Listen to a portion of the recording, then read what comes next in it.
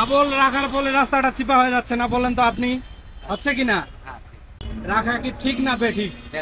হ্যাঁ, বেঠিক বেঠিক। একটা মোড়ে যখন ফাঁকা জায়গা থাকে সেখানে যদি ডবল পার্কিং কোনো অটো রিক্সা বা ভ্যান বা সিএনজি পার্কিং করে তখন কিন্তু যাতায়াতের চরম অসুবিধা হয়। তেমনই কিছু দৃশ্য আমরা আপনাদেরকে দেখাবো এবং তাদেরকেও সরে যাওয়ার জন্য অনুরোধ করব। সাথে থাকেন, ফুল ভিডিওটা দেখলে বুঝতে পারবেন। এই এই ডবল লাইনে এই অটোটা সরান বারে, এটা রাস্তায় ডবল পার্কিং করা যায় না, কেন সরান, একটু সাইডে দাঁড়াবেন। ওই ওই জিনিসটা নেওয়ার জন্য একটু হালকা সাইডে দাঁড়াইলে তো আর জ্যাম হয় না।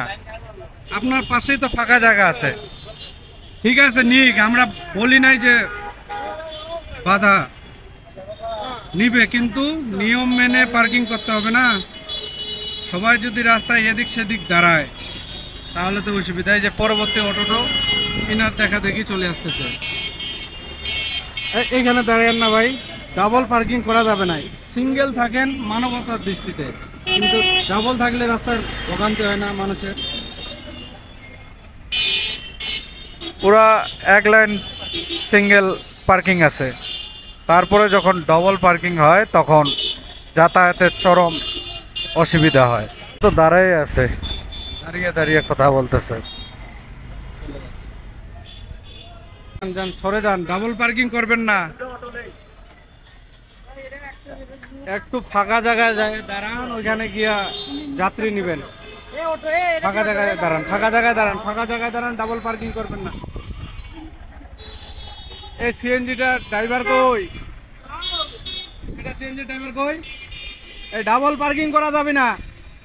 এই যে গাড়ি রাখে উদা হয়ে গেছে, তার পিছনেও আর একটা গাড়ি।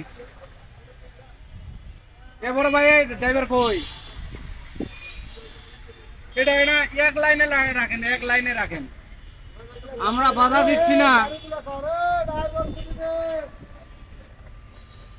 ড্রাইভারকেও যদি খুঁজে না পাওয়া যায় তাহলে কি আর হয়? ডাবল রাখার ফলে রাস্তাটা চিপা হয়ে যাচ্ছে না, বলেন তো আপনি, হচ্ছে কি না? হচ্ছে না, মানুষের যেগুলো গাড়ি আসতেছে যাতায়াতের অসুবিধা হচ্ছে না। রাখা কি ঠিক না বেঠিক? হ্যাঁ, বেঠিক বেঠিক। তাহলে সিঙ্গেল লাইনে রাখেন, সিঙ্গেল লাইনে রাখেন, এটাও একটা মানবতার দৃষ্টিতে রাখেন। তারপরও রাখা কিন্তু ঠিক নয়। শহরের মধ্যে কিন্তু পার্কিং করা নিষেধ, বুঝার লাগবে। আমার দিকে আবার ওই বাবা কি হচ্ছে, ভয় কিসের? আপনারা সবাই মিলে সচেতন থাকলেই তো কেউ দাঁড়াইতে পারবে না, বুঝেন নাই? এই যে ফাঁকা আছে ওইখানে ঢুকে রাখেন, কত জায়গা আছে। সিঙ্গেল লাইনে রাখতেছেন, মানবতার দৃষ্টিতে রাখেন, অসুবিধা নাই। ভালো থাকবেন সবাই, আর আমাদের ভিডিওগুলো নিয়মিত দেখবেন। বিদায় নিচ্ছি বগুড়া জেলার ইয়াকুবিয়া মোড় থেকে।